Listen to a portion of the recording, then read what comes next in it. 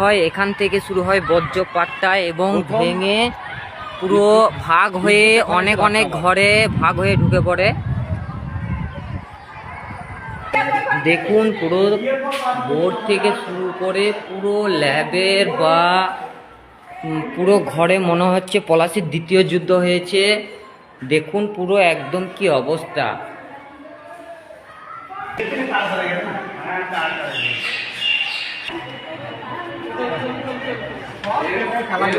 বন্ধুরা দেখুন এখনো দেখাচ্ছি অনেক অনেক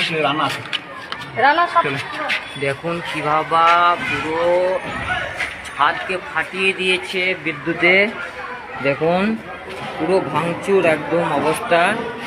এখানে আমাদের মণ্ডল সভাপতি আছে, যুব সভাপতি আছে। এই দেখেন আমাদের পঞ্চায়েত সভাপতি, আমাদের মণ্ডল 1-এর সভাপতি। ছাত্রদের খুবই প্রয়োজন।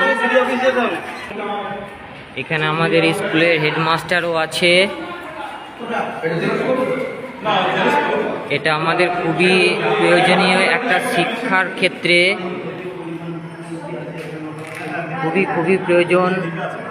আমাদের সমস্যা দেখুন, এখানে আমাদের সভাপতি আছে, যুব সভাপতি আছে।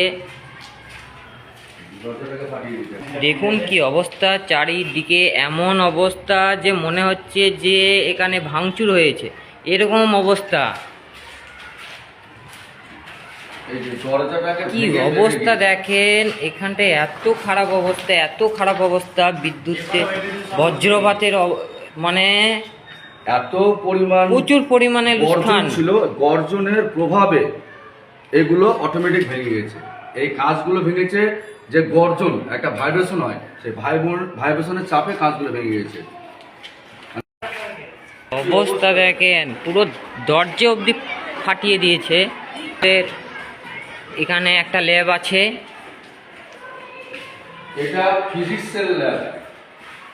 এখন সরকারের কাছে একটা অনুরোধ, যাতে মিল পলাশির স্কুলটা খুব তাড়াতাড়ি এই ল্যাবের সরঞ্জামগুলো আগে প্রয়োজন, কারণ ছাত্রদের কাছে ল্যাবটা বিশেষ প্রয়োজন। তাই অনুরোধ করবো যেন এইগুলো তাড়াতাড়ি দেখা হয় এবং নতুন সেট দেওয়ার ব্যবস্থা করা হয়। যে কটা ল্যাব আছে, কম্পিউটার আছে, মানে ছাত্রদের যেগুলো প্রয়োজন সেগুলো যেন অবশ্যই খুব তাড়াতাড়ি ব্যবস্থা করা হয়, এটাই অনুরোধ।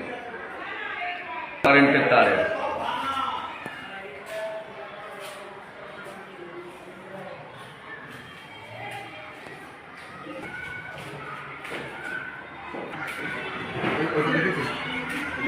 অবস্থা দেখেন, ছাদ ফুটো করে নিচের দিকে চলে গিয়েছে।